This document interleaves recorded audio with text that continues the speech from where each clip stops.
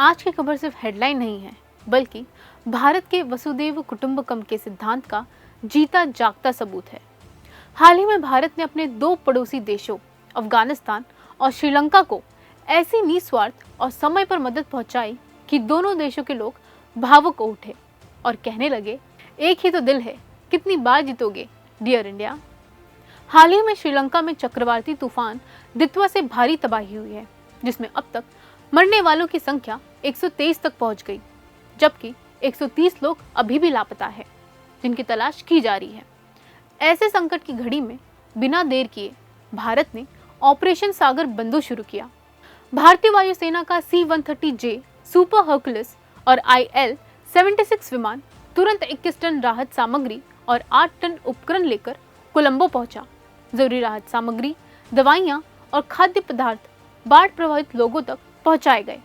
साथ ही Indian navy के INS Vikrant और INS उदयगिरी, ये वॉरशिप्स कोलंबो में श्रीलंका नेवी द्वारा आयोजित इंटरनेशनल फ्लीट रिव्यू में हिस्सा ले रहे हैं।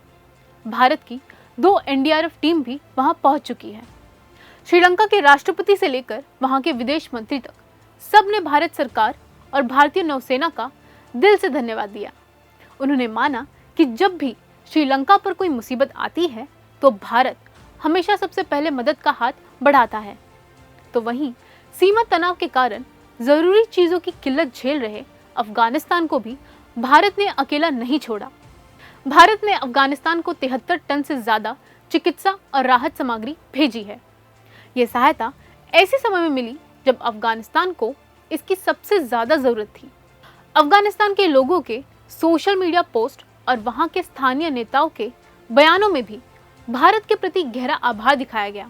उन्होंने कहा कि एक सच्चा दोस्त वही होता है जो मुश्किल वक्त में काम आता है। भारत की यह त्वरित कार्रवाई हमारी नेबरहुड फर्स्ट यानी कि पड़ोसी पहले की नीति और मानवीय सहायता की सदियों पुरानी परंपरा को दर्शाती है। चाहे श्रीलंका में बाढ़ हो, तुर्की और सीरिया में भूकंप हो या फिर अफगानिस्तान में संकट, भारत हमेशा सबसे पहले मदद के लिए आगे आया है।